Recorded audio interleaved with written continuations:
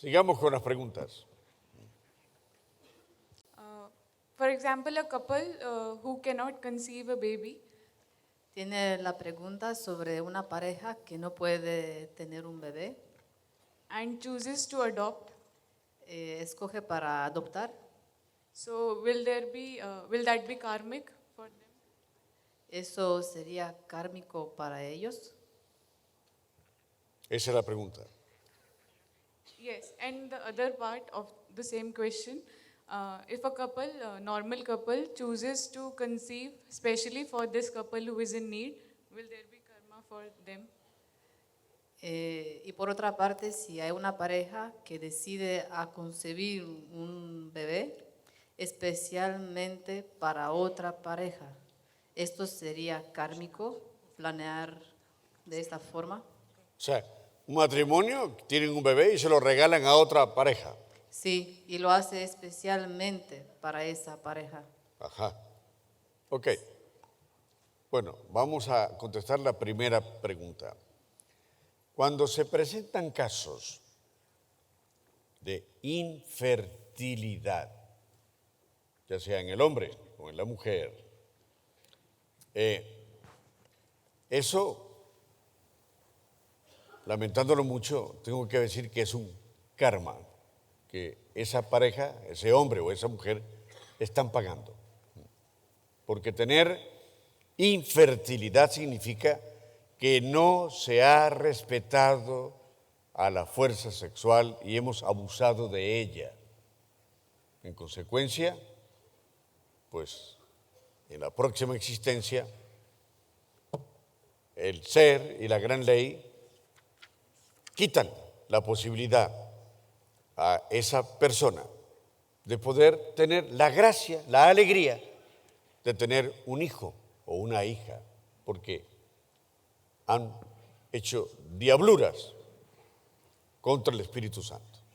O, como padres, se han comportado de manera horrible con sus propios hijos. Entonces se les veta el derecho a tener hijos. Es kármico eso.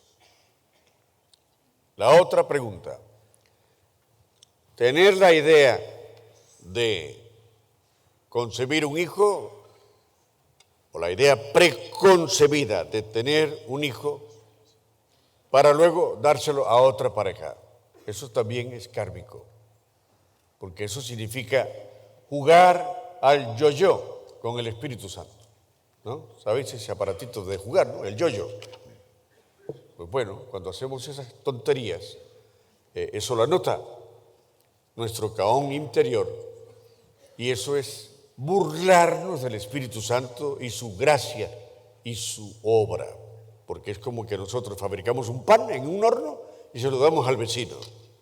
Tomamos la gestación y la concepción de una criatura como si fuera un paquete, ¿no? Que luego ya que lo tengo yo, lo tiro por la ventana y que lo coja el que lo recoge, el que lo reciba. Estas cosas son muy graves ante los ojos de la ley y ante el Espíritu Santo. Esas son las dos respuestas. Quando si parla della fine nella razza lemurica, Cuando se habla de la fine de la raza lemurica, della fine nella razza lemure dell'uomo ermafrodita e quindi la separazione dei sessi tra uomo e donna, mi chiedevo, è valso lo stesso anche per il regno animale e il regno vegetale? él pregunta, en la Lemuria, cuando se hizo la separación de los sexos de los seres no divinos, ¿esto pasó también con los reinos animales? No. El reino animal ya venía con un sexo definido. Habían los gallos y las gallinas. Entonces ya no hacía falta separar sexos allí, porque no había gallos gays, ni gallinas lesbias o lesbianas. No. Eso era una cosa creada bien por la naturaleza. El caso del hombre fue distinto porque era, la Biblia lo dice, imagen y semejanza del Creador. Es decir, que el lemur, aunque no era consciente de todo lo que tenía, en realidad era como la imagen de Dios caminando sobre la tierra, ¿no? Eso era grandioso. Y por eso él mismo se autoprocreaba con la ayuda de la imaginación y la voluntad. Y él mismo generaba sus hormonas masculinas y femeninas. Se autofecundaba y el niño empezaba a crecer en las pantorrillas. Ayer lo dijimos, ¿no? Y era un hombre con senos, con lo cual sus propias hormonas se preparaban para cuando el niño naciera, pues nutrirlo o amamantarlo. Y eso fue otra cosa. El caso humano fue otra cosa. Otra pregunta. Ahora sí. Ajá. Te tocó la lotería. Hola. Maestro, lo que vimos anoche sobre la institución y sobre lo que vemos aquí es grandioso. Yo no puedo ver, pero me imagino que en los mundos internos hay muchas fuerzas que se plasman aquí. La pregunta es, ¿qué orientación nos da a los miembros de los grupos y sobre todo a los misioneros para beneficiarnos de esas fuerzas a nivel personal y aportar cada quien su granitito de arena para que la enseñanza y pues la obra del venerable Maestro Samael llegue a su fin, a su puerto? ¿Qué orientación nos puede dar en cuanto al comportamiento, a la ética, etcétera? Sí, con mucho gusto. Bueno, ustedes lo vieron ayer, el universo de Agea, porque realmente es un microuniverso y nosotros somos los beneficiarios de esa estructura metafísica que llamamos Agea. Detrás de eso, efectivamente, está el círculo consciente de la humanidad solar. Quiero que sepáis que el maestro Samael, por ejemplo, actualmente, no trabaja solo. Tiene un equipo, como un servidor, que tiene aquí un equipo, que ya lo habéis visto. Un equipo de otros autorrealizados con sus 3 montañas y que lo siguen a donde él va. A donde él va. Y lo ayudan. Atendiendo aquí, atendiendo allá, acullá, etcétera, etcétera, ¿no? Claro que el maestro Samael, su ser, también tiene los coros angélicos de ángeles marcianos de la antigua Tierra-Luna, ¿ok? Pero aquí, en las dimensiones más bajas, antes de la tercera dimensión, el maestro Samael tiene un equipo de iniciados que trabaja con él. Y esto lo voy a contar aquí, porque no pretendo de ninguna manera echarme a mí mismo flores, pero tengo la gracia inmerecida de que, por ejemplo, el maestro Samael, viendo que hay mucha fuerza en la logia negra, ahora en el rigor de este Kali Yuga, me ha puesto 4 guardaespaldas que tengo. Y donde voy, ellos van. Si me muevo en un sitio, ahí van ellos, ¿no? Si bajo alguna cosa inferior, ahí están ellos conmigo también. Si voy a algo superior, también están ellos ahí. Y claro, yo me siento feliz de que no estoy solo. Claro que mi Padre es grandioso como el ser de cada uno de ustedes. Mi Padre es del rayo de la fuerza y algunas tradiciones lo llaman el Señor de las tormentas, porque es cuando se pone en actividad no lo para ni una caterpillar. Entonces, esto significa que sí que tenemos nosotros, los que estamos en la gnosis, dar lo mejor porque estamos recibiendo muchísimas cosas y nosotros tenemos que dar algo a cambio. ¿Qué es lo mejor que podemos dar? Trabajo interior. Trabajo interior. Eso es lo que hace más feliz a los hermanos mayores, al maestro Samael, a todo su equipo.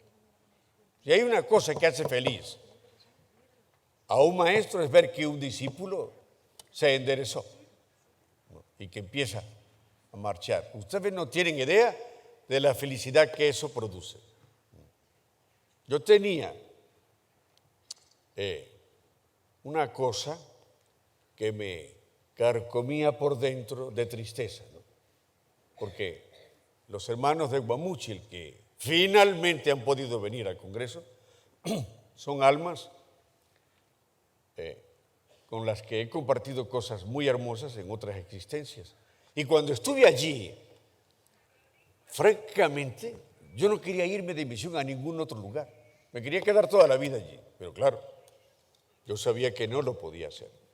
Del cariño entrañable que se creó entre las gentes de aquella ciudad y un servidor, y sobre todo con los hermanos gnósticos. Entonces cargaba una espinita, ¿no? Y le decía a Miguel, yo de alguna manera traigo a estas personas para acá, y Dios me tiene que dar la ayuda, ¿no? Y sí, me la dio a través de otro hermano que pagó los billetes de estos hermanos, y les pagó el hotel, y les pagó esto, y les pagó lo otro.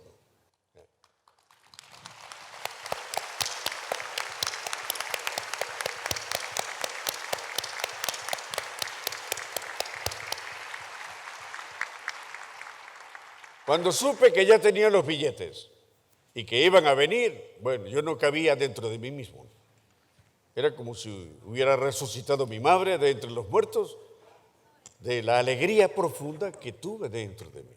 Pues lo mismo, hermanos, cuando un maestro, mi persona o cualquier maestro, ve que alguien enderezó el rumbo, hay una felicidad por dentro que ustedes no se imaginan.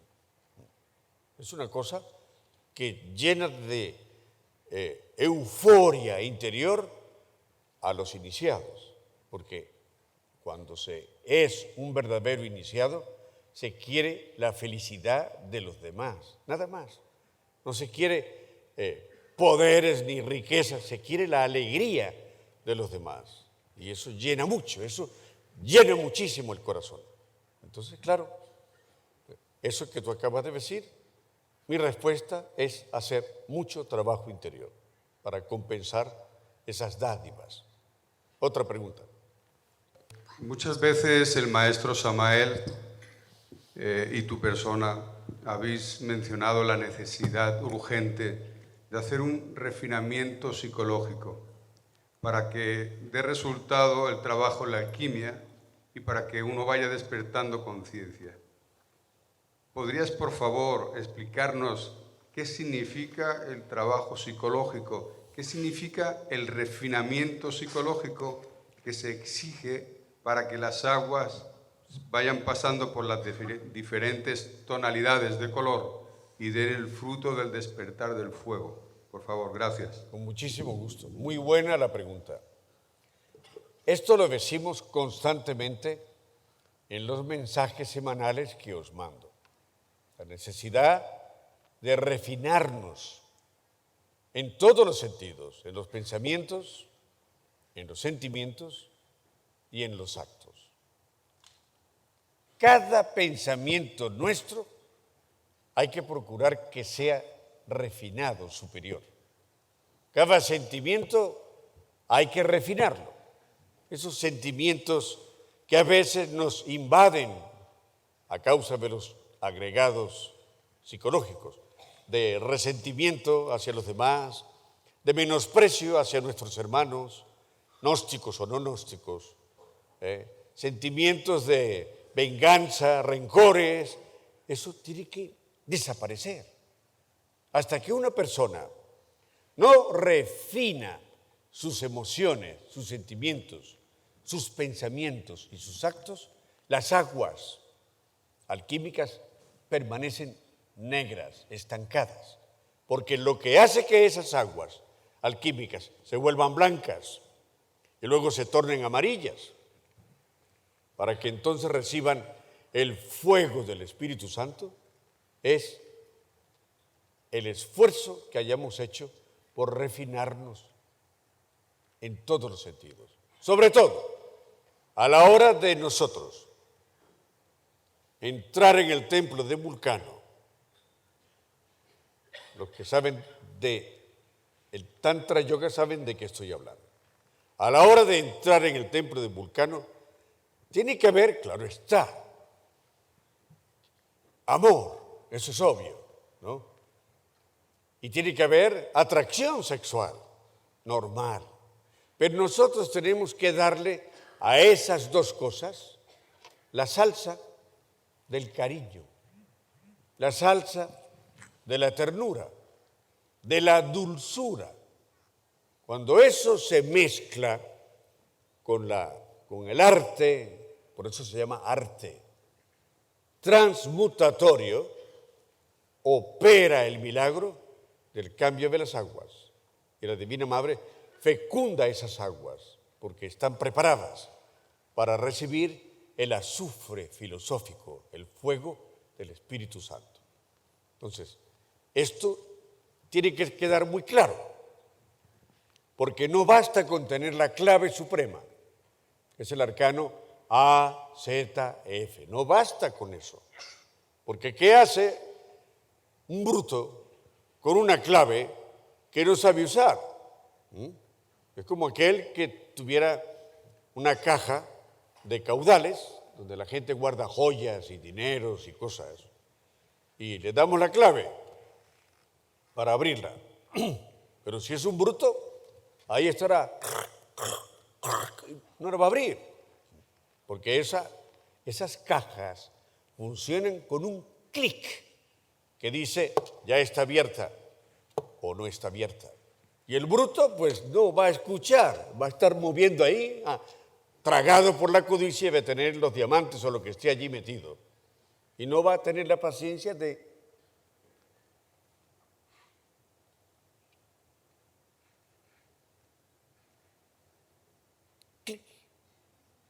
saber esperar el clic. Y esto es igual. Si queremos recibir el fuego de lo alto, por eso el maestro hablaba y habla como habla. Hay que hacer del coito una forma de la oración. Más claro no canta un gallo. El que llega al templo del Vulcano con todas sus emociones inferiores, con todos sus deseos, y transmuta, eso no sirve para nada. Al revés, resulta que esa energía transmutada va a engordar los yoes del practicante. Entonces menos los va a poder eliminar, porque se hacen más fuertes. Cuando los yoes se hacen más fuertes, entonces nos hemos vuelto Hanasmusens, porque hay una fuerza blanca, la del ser, y una fuerza negra, la de los yoes, trabajando conjuntamente.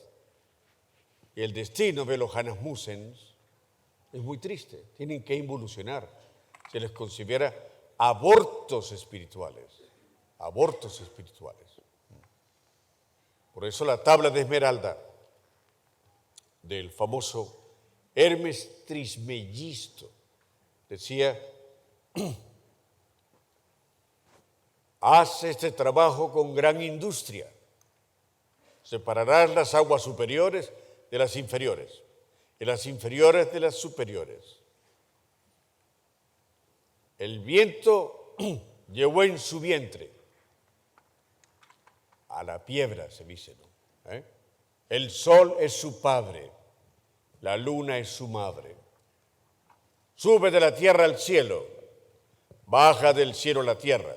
Es decir, refínate para tener ambiente celestial, pero ten los pies también en la tierra, no te llenes de engreimiento y de orgullo místico. Repite esto varias veces y encontrarás la piedra filosofal. Claro, todo está dicho metafóricamente, Pero ahí está. Siempre se ha querido enseñar cómo encontrar el fuego, cómo purificarnos con el fuego. Pero somos nosotros los que no hemos querido entender, no hemos querido comprender los entresijos de lo que está escrito o de lo que fue dicho.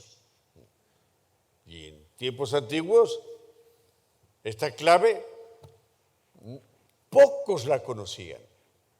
Tenían que tener las personas un 30% de conciencia despierta para que la recibieran. ¿Por qué? Porque alguien con un 30% de conciencia ya sabe comportarse, sabe autocontrolarse, sabe observar y controlar sus emociones, seleccionar sus pensamientos, averiguar y corregir sus sentimientos. Y llegado el momento de la cópula metafísica, pues es un auténtico o una auténtica yoguina. Y eso es lo que hace esa famosa magia del amor, ¿no? Es una magia. ¿Por qué es magia?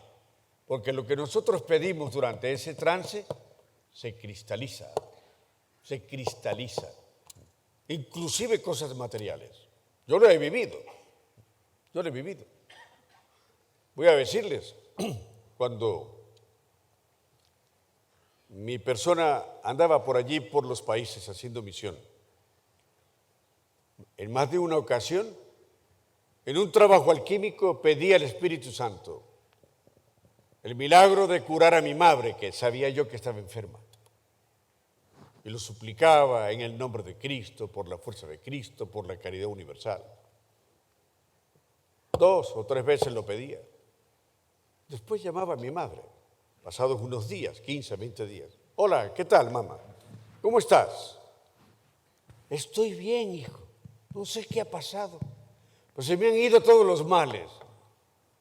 Yo decía para dentro de mí, yo sí sé lo que ha pasado. Entonces, claro, realmente la magia del amor lo hace todo, pero el amor consciente. La gente confunden deseo con amor y no son lo mismo. Y hoy en día los jóvenes se van a la cama con una chica a la que desean. Y la chica también, por los deseos, accede al lecho de Procusto. Pero en realidad, el amor es una cosa profunda, muy especial, que pertenece al alma. El deseo es hijo de los sentidos.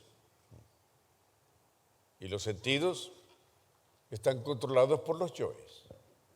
Entonces no debemos confundir el amor con el deseo. El deseo, cuando se consuma, es como, para que me entiendan bien, el que tiene deseo de comerse un buen pescado. Entonces se va a un restaurante, le dan el menú y mira los pescados que hay. Tiburón a la salsa Pompeya, pargo a la salsa de merluza con no sé qué. Y la gula está allí, ¿no? Escogiendo con los deseos un buen pescado. Al final lo escoge este. Y le traen un plato súper ornado, arreglado. Y la gula se pone contenta. El deseo sale y se come hasta las espinas del pescado. Cuando comió el pescado, solo hay una cosa que queda. Y es aire y lo expulsamos. Los árabes, curiosamente, ¿no? Son costumbres extrañas que hay en los países. Cuando quieren agradecer a alguien que los ha invitado a comer y le quieren decir que les gustó la comida, cuanto más fuerte sea el erupto, significa que están contentos, ¿no? Eso lo hacemos en Londres, o en Francia, o en Suecia, nos inviten a una comida y después la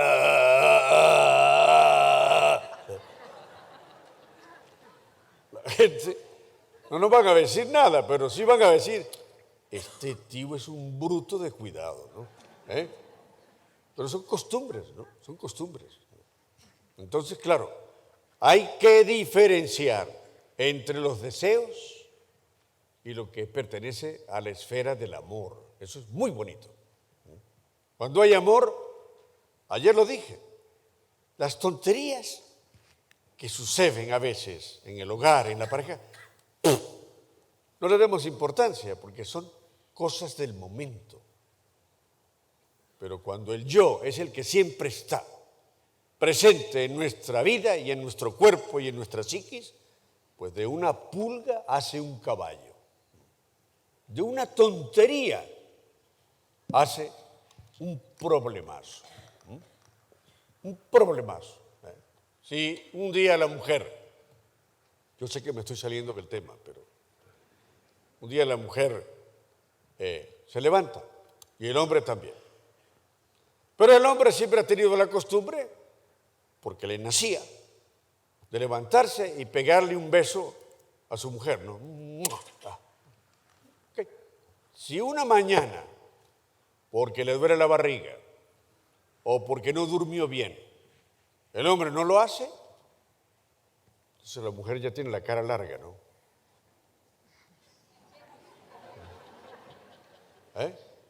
Y no suelta prenda, no dice porque está así, pero sigue, ¿no? Y hace la comida y la sirve igual. Hasta que el hombre, cansado de aquello, le dice, ¿qué te pasa hoy? Que te veo rara. ¿Me ves rara? El raro eres tú. ¿Y por qué soy raro yo? Te levantaste y me viste como si yo fuera un animal.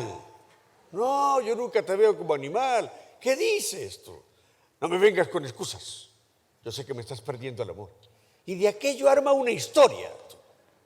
Una historia. Que se puede hacer una película de eso.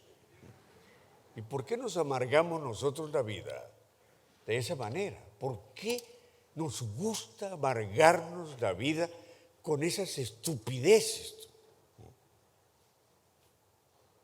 Pero así somos, ¿no? Nos hemos acostumbrado a sufrir. Nos hemos vuelto masoquistas, ¿no? Nos gusta el dolor. Cuanto más dolor nos hagamos, mejor, ¿no? Como aquello que Mahatma Gandhi decía cuando le comentaban que entre los judíos, con sus respectivas excepciones, existe aquello de ojo por ojo y diente por diente. Y si me la haces, me la pagas. Eso es la teoría de algunos políticos hebreos y de algunas personas, no todas, hebreas. Y Mahatma Gandhi, cuando le decían esto, decía, sí, a la larga quedaremos todos ciegos. Porque claro, ojo por ojo y diente por diente, quedaremos todos sin dientes y sin ojos, ¿no? A eso terminaría la civilización. No se puede ser así, no podemos seguir siendo marionetas de sentimientos baratos que no tienen ningún fondo. Pero nuestra psiquis se ha adaptado al yo. Y entonces, de lo que no tiene fondo, fabrica un fondo imaginario. Y así vivimos, atormentados de cosas que están siempre allí, hablándonos y haciéndonos sentir cosas que no son reales. Eso es todo. Otra pregunta. Bonjour, maître. C'est une grande joie d'être avec vous. On est heureux. Je voulais vous demander, là-bas au Bénin, au Togo, il y a une divinité que vous avez nommée dans l'un de vos livres, qui est la divinité Legba. Ça s'écrit L-E-G-B-A. Venerable Maestro, allá en Benín hay una divinidad que se llama Leba, que usted ha mencionado en vuestros libros. Je voulais demander si cette divinité est en lien avec le Lucifer. ¿Esta divinidad tiene que ver algo con el Lucifer? Parce qu'il est souvent représenté avec un phallus en érection. Porque él a veces está representando con falus en erección. Merci. Sí. Muchas gracias. Eso es muy fácil de contestar. Sí.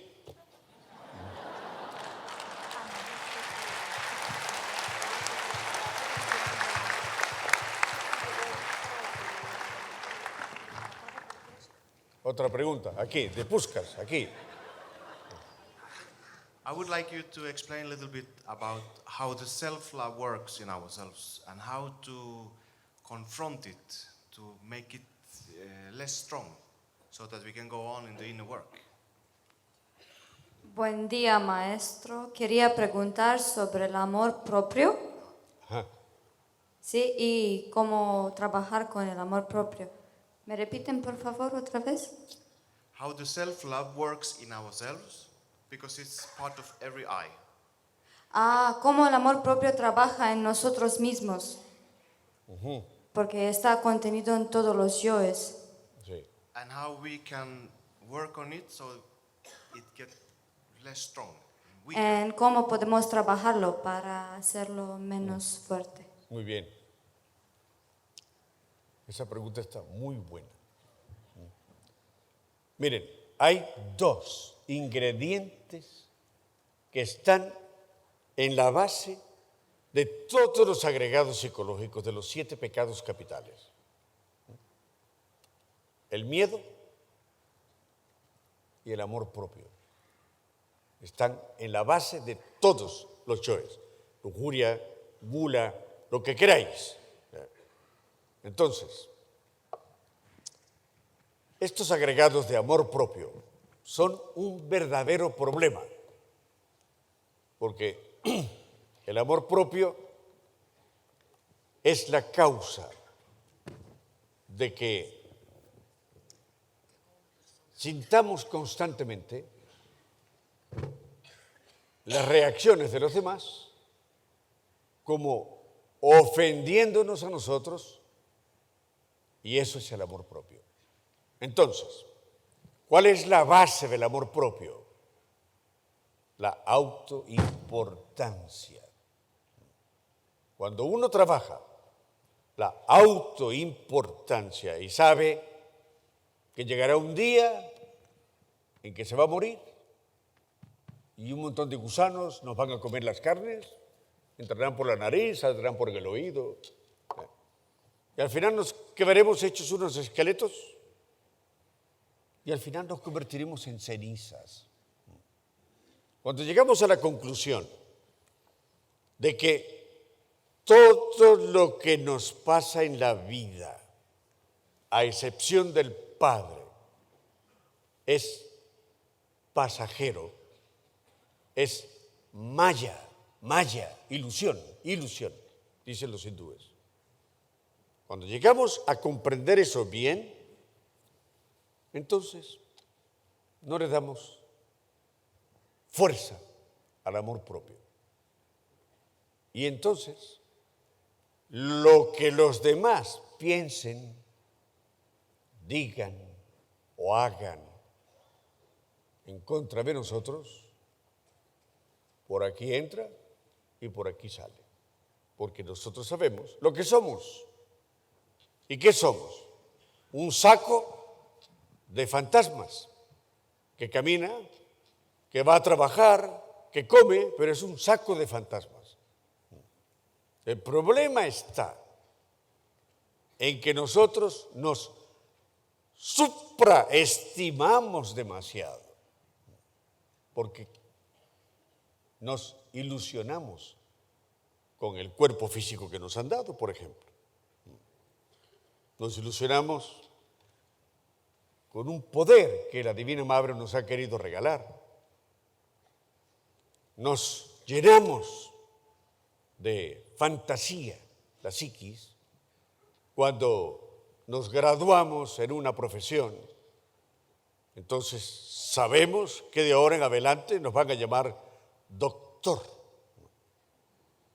Ya no nos vayan a llamar Juan ni Pedro, sino doctor Juan. Y eso le gusta a la autoimportancia. Cuando una persona ha trabajado la autoimportancia y llega a la conclusión de que el único importante, eterno, inmutable, etcétera, es el ser. Entonces, ¿quién es el que importa? ¿Nosotros, que somos pasajeros? ¿O Él, que está desde el comienzo de la creación y que siempre es el mismo? Cuando estas cosas las comprendemos, nos da igual lo que los demás piensen de nosotros, digan o hagan. Hay mujeres que la autoimportancia la han cultivado de tal modo que pasan una hora, hora y media maquillándose frente a un espejo. Y están a la búsqueda del último detallito de la marca Revlon o de la marca Max Factor o de la marca Cuchi Cuchi o Gucci o lo que sea. Entonces, ahora ha salido una cosa que hace que tus pestañas se vean más grandes. Mira, mira, prueba ahí, están ahí una hora. Y ellas mismas se guiñan el ojo. A ver cómo las verán o la verán los hombres cuando ellas le guiñen el ojo, ¿no? Todo eso es fantasía nuestra, que nosotros alimentamos. Para colmos, a nosotros se nos alimenta la fantasía desde que somos los niños. ¿Por qué? Porque nuestra pobre madre, cuando dio a luz nuestro cuerpo, toda mujer, cuando está embarazada, tiene todas sus hormonas a tope trabajando, todas. Entre ellas, las hormonas de la felicidad. Tienen un nombre, ahora no me acuerdo. Y claro, por eso las madres que están encinta andan por la calle y andan siempre sonriendo con la barriguita. Claro, cuando nace el niño, aquello se triplica. Porque claro, para una mujer es normal. Es un sentimiento muy extraño y muy bonito haber sido capaz de llevar en la barriga una criatura que luego va a pensar, a hablar, va a crecer, y eso aquello forma como una película de Disney World. Entonces anda con aquella criatura como si fuera el vellocino de oro, ¿no? Para todas partes, ¿no? Y lo viste y le habla, ¿no? Qué cosa más linda que eres tú, eres lo más bello del universo, no hay niño más grande que tú, no hay niño más bello que tú.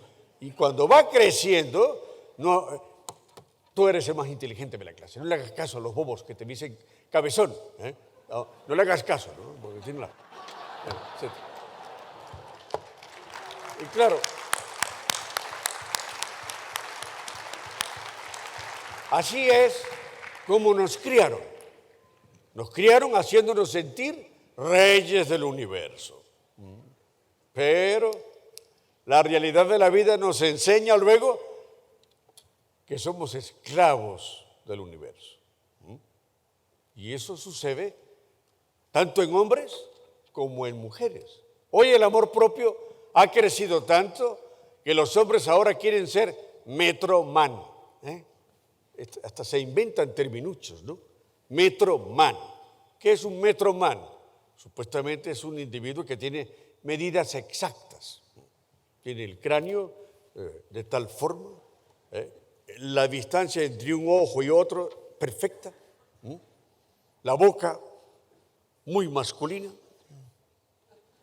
y los músculos hasta de las orejas bien desarrollados, y si se pone pantalón short es un maniquí según él, ¿no?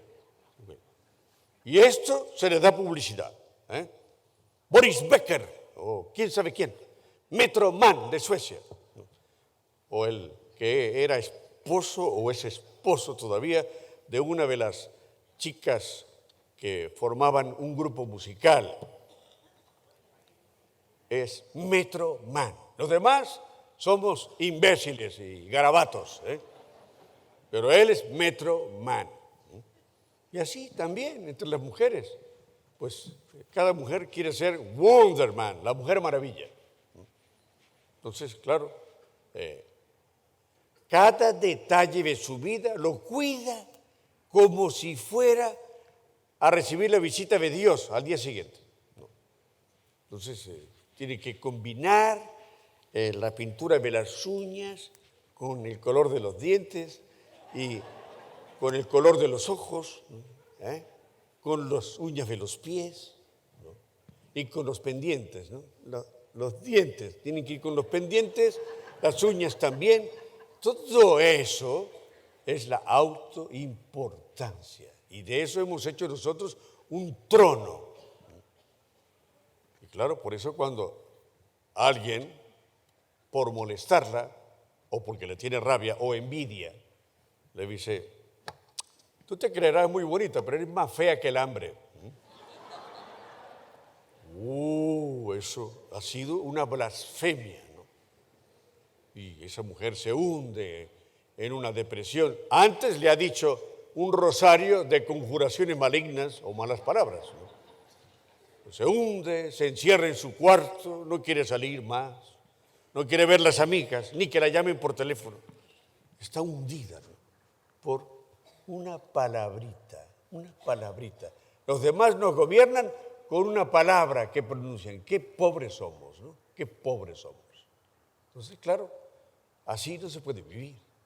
Así no se encuentra nunca la felicidad, porque siempre habrán otras más bonitas que ella. Y ahí empieza un rollo, una especie de novela entre el amor propio y la envidia. La una envidia a la otra y le tiene rabia y amor propio, etcétera, etcétera, etcétera. Y con eso andamos en la vida. Esas son nuestras vestimentas.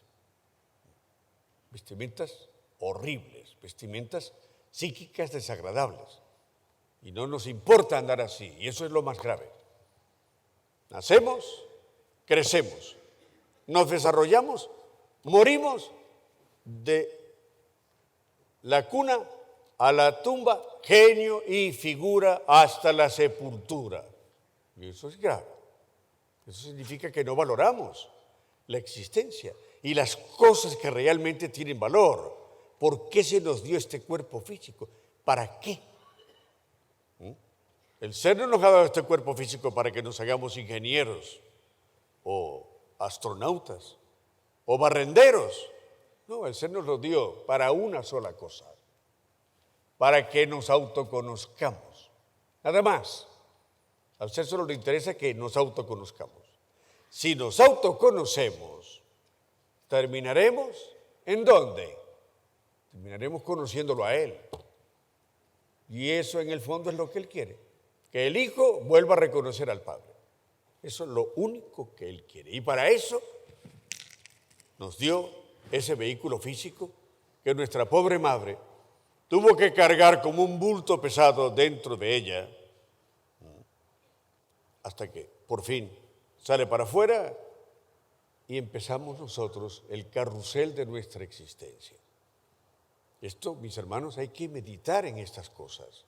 La humanidad vive fascinada, esa es la palabra, fascinación, con las tonterías exteriores, con el coche del año, el nuevo reloj. Antes un reloj era para dar la hora, era un reloj para dar la hora. Hoy no.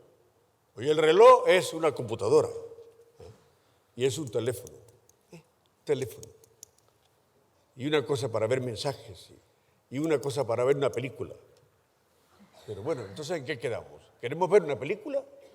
¿Queremos hacer una llamada telefónica o queremos la hora?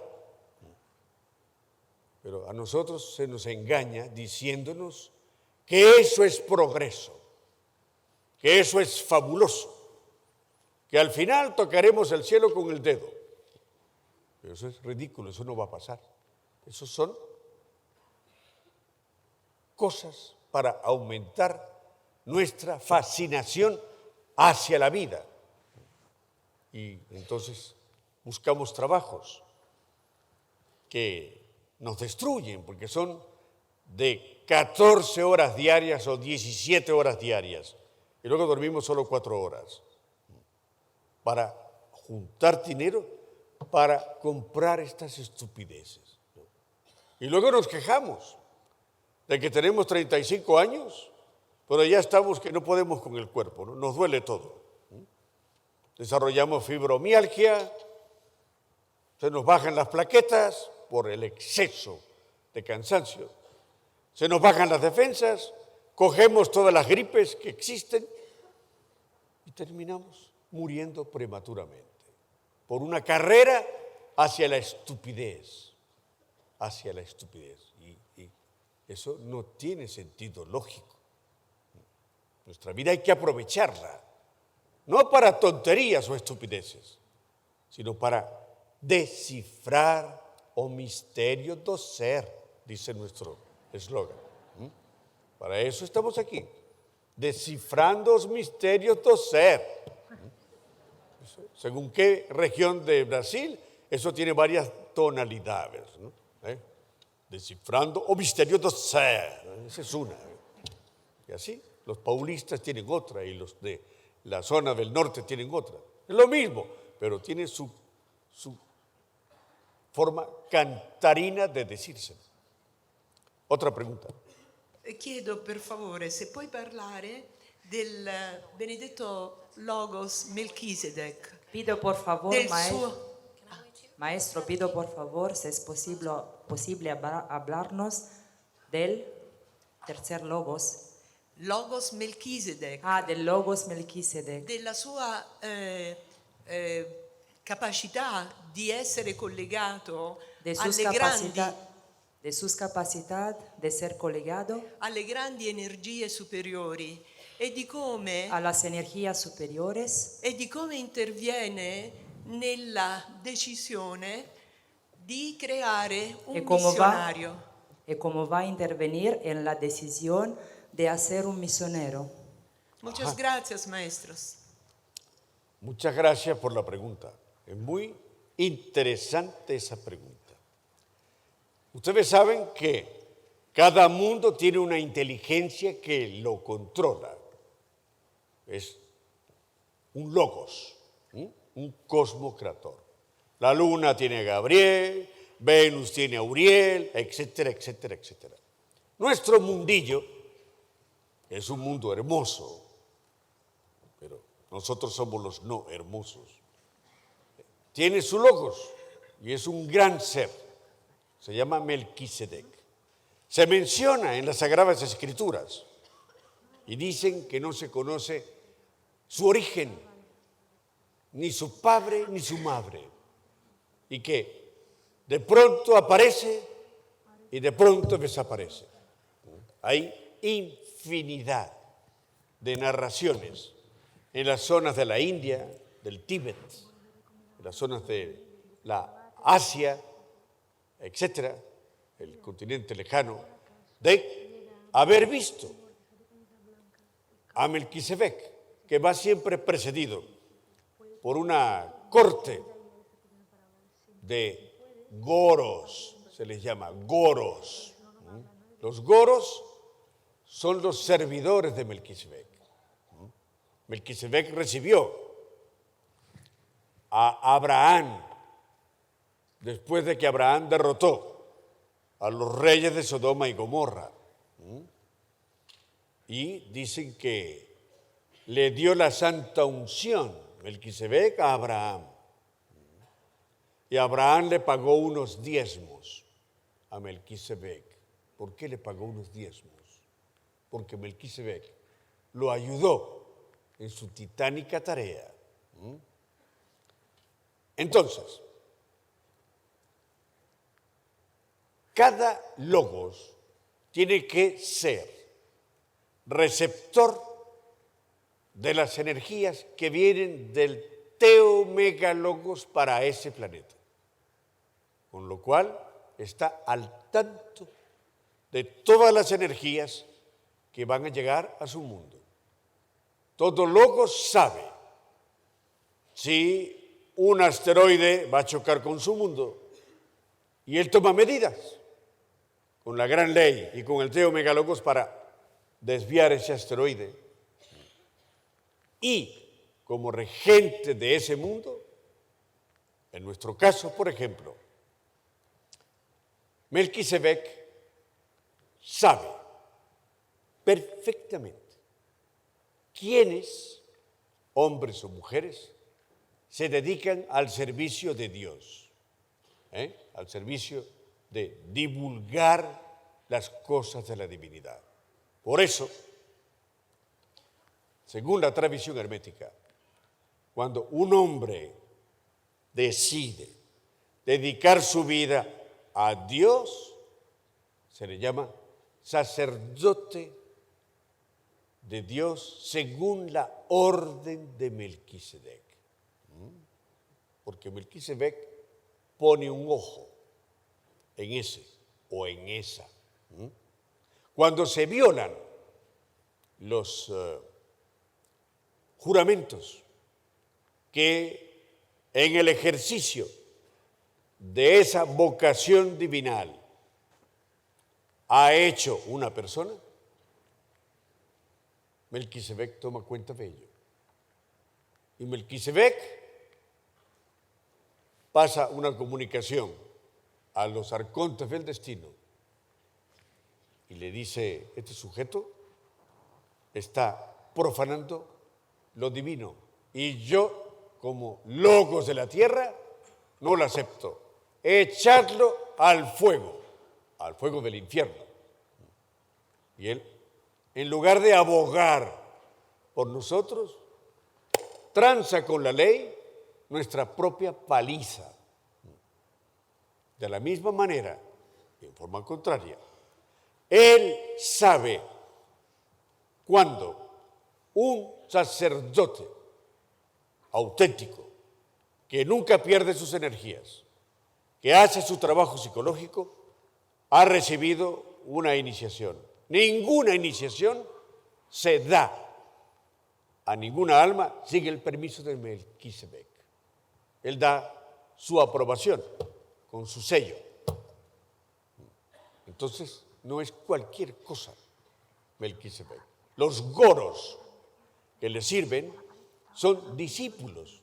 En lenguaje sánscrito se les llama goros. Esos goros, permítame decirles a ustedes, son formidables, pero son también muy peligrosos, porque son muy veloces. Y si nosotros cometemos los errores, por ejemplo, los que está haciendo la Iglesia Católica, que se dejó meter el gusano de la fornicación y del homosexualismo y lesbianismo entre sus sacerdotes y sus monjas. Y hoy el 80% de la curia romana es degenerada sexual. Cuando eso ocurre, eso lo anota Melquisedec. Lo pasa a la gran ley. Y él anota lo que quiere que suceda. ¿Y qué va a suceder? Ya lo veréis en el tiempo. Lo vamos a ver. El Vaticano va a ser arrasado en su momento y en su hora. No es un deseo animalesco de un servidor. Es algo que he verificado y que se me ha informado. Yo no tengo culpa de que se me informe. Entonces, Melquisedec, como genio de la tierra, vela por este mundo, vela por la naturaleza de este mundo y pone sus quejas cuando atentamos contra natura, arrojando ácidos químicos a los océanos, haciendo explotar bombas atómicas en los atolones de Mururoa o en los atolones de las Seychelles o en donde sea, o bombas subterráneas, o cuando hemos destruido la capa de ozono. Todas esas deudas hechas por el humanoide están acreditadas en unas notas que Melquisedec pasa a la gran ley. Melquisedec, rey de Salem, que quiere decir rey de reyes y rey de la tierra. No sé si había algo más en la pregunta. Non sé se aveva alcuna cosa más en la tua questione. Tu has contestato perfectamente, pero una esta pregunta es importante que nosotros hablamos, oramos Melquisedec, porque me parece que todos nosotros, principiando de mí misma, transcuramos esto gran ser, como tú lo definiste. Sí. Gracias. Muy bien. Sí, efectivamente, nosotros los que estamos participando, sobre todo de manera directa, de la liturgia de la gnosis,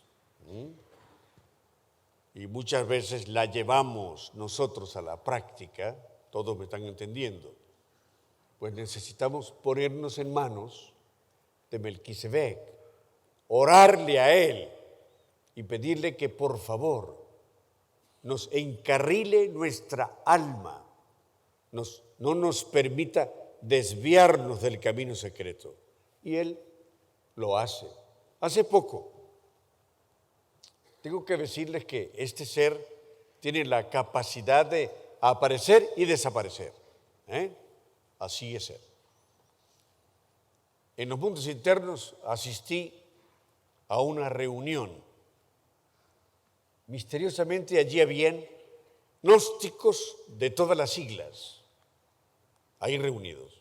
Y vestido de paisano, ¿sabéis lo que significa estar vestido de paisano, no? Como una persona con pantalón y camisa, pero no con una vestidura sagrada, que es la que él tiene. Entonces estaba allí, se mezcló entre la multitud y la multitud ni se daba cuenta, para nada. Y él no hacía más que mirar, ¿no? Ahora, estaba estudiando el pueblo gnóstico. Un servidor, gracias a el que todo lo sabe, se percató de que ahí estaba el maestro Melquisedec y ni corto ni perezoso, disimuladamente entre la gente me fui metiendo hasta que llegué hasta él. Y cuando lo tuve aquí, a esta distancia, le dije, paz inverencial. Y él me contestó, paz inverencial. Y le dije, yo sé que usted es Melquisedec y le agradezco en el alma que esté aquí, porque es una oportunidad de oro para que mi persona lo pueda conocer personalmente y hablar con usted. Ya tenía la descripción de Melquisedec por otros hermanos mayores que me la habían comentado, pero ahora lo estaba viendo. Y entonces él me dice, a mí también me hace mucho placer verte. Yo sé de ti. Y le dije, claro, seguro que usted sabe de mí. Pero quiero aprovechar esta entrevista para hacerte una pregunta. Y me dijo, ¿qué le pasa? Así como con cierto enfado, ¿no? A fulano de tal, no lo voy a nombrar. Y yo le dije, yo he intentado de varias maneras acercarme a él y de tener una buena relación y de hacerle ver sus cosas. en las que falla, pero no he podido hacerlo, lamentablemente. He agotado mis esfuerzos, pero no he podido hacerlo. Yo medía cada palabra que le decía a este ser, porque hay que medirnos muy bien cuando hablamos con un logos, para que luego no me venga a cobrar a mí. Total, que como un ser consciente e iluminado, me escuchó atentamente, me dijo,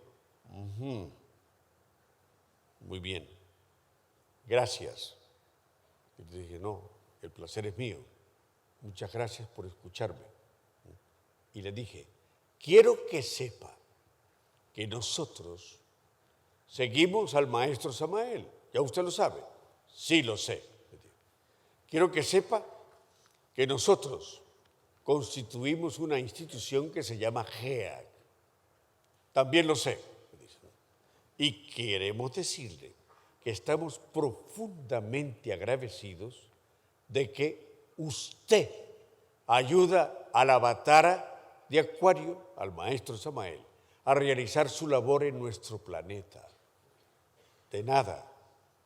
Pues muchísimas gracias, le dije, y que el cielo eterno lo bendiga, a ti también.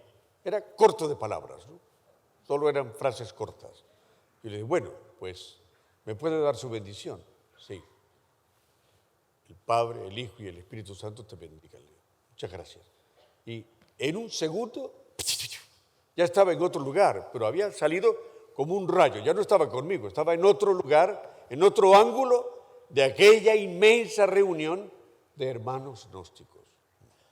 Entonces yo me dije para dentro de mí, madre mía, pues es verdad lo que dicen las tradiciones, de que este ser a veces sale de su reino subterráneo, que es el famoso Agarthy. Sale, se pasea por las ciudades a ver cómo está la humanidad en su perversión. Y luego regresa a su morada, donde vive con los sobrevivientes de la Lemuria y de la Atlántida. Ahí abajo, en el interior de la tierra, hay todo un reino, el reino de Agarthy.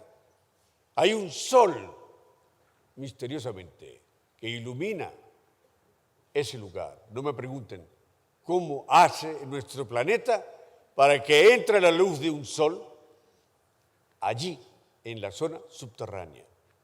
Allí hay cosas maravillosas. Hay animalitos que no conocemos porque son de la época lemúrica o de la época atlante. Así es Agarthy. Hay ríos hermosísimos. Hay flores de este tamaño. Una rosa de este tamaño. Esas cosas existen en el Agarthy. Hay aves indescriptibles en su belleza. Allí vive él.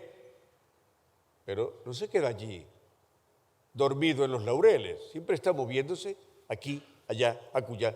Él sabe de los preparativos maquiavélicos de los líderes mundiales actuales que están haciendo para preparar la Tercera Guerra Mundial, que como bien dijo el maestro Samael, será inevitable porque forma parte del karma que nos merecemos. Entonces, todo esto lo conoce él y por eso es el genio de la tierra.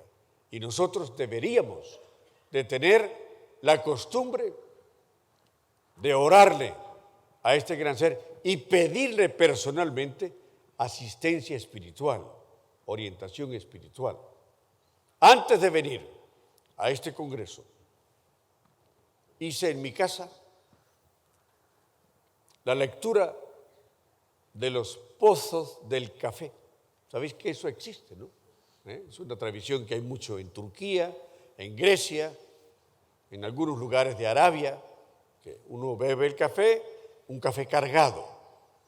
Y cuando bebe la parte líquida, el fondo que queda, se pone un plato encima y se voltea. Entonces el café, el pozo aquel empieza a escurrirse por las paredes de la taza y forma mensajes. Y yo hice esa práctica, porque mi padre me permite conocer la lectura de los pozos del café. No ando jugando al yo-yo con eso, porque esas cosas hay que hacerlas solo cuando realmente son necesarias. ¿Pero por qué lo hice? Lo hice porque quería ver cómo iba a ser este congreso.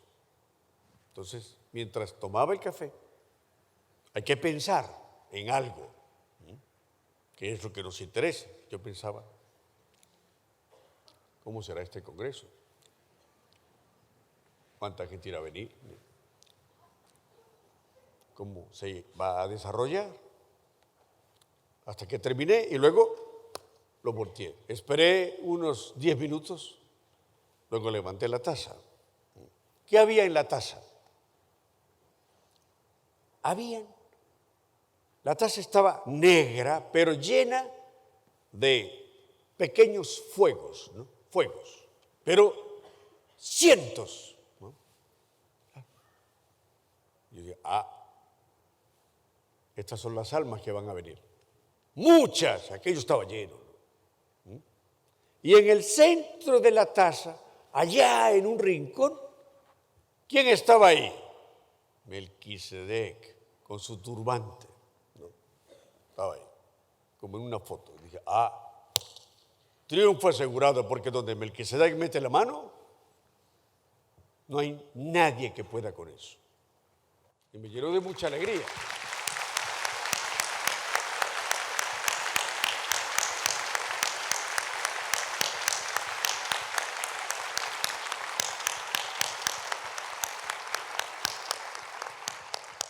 Y yo cumplo con transmitiros ese mensaje, ¿no?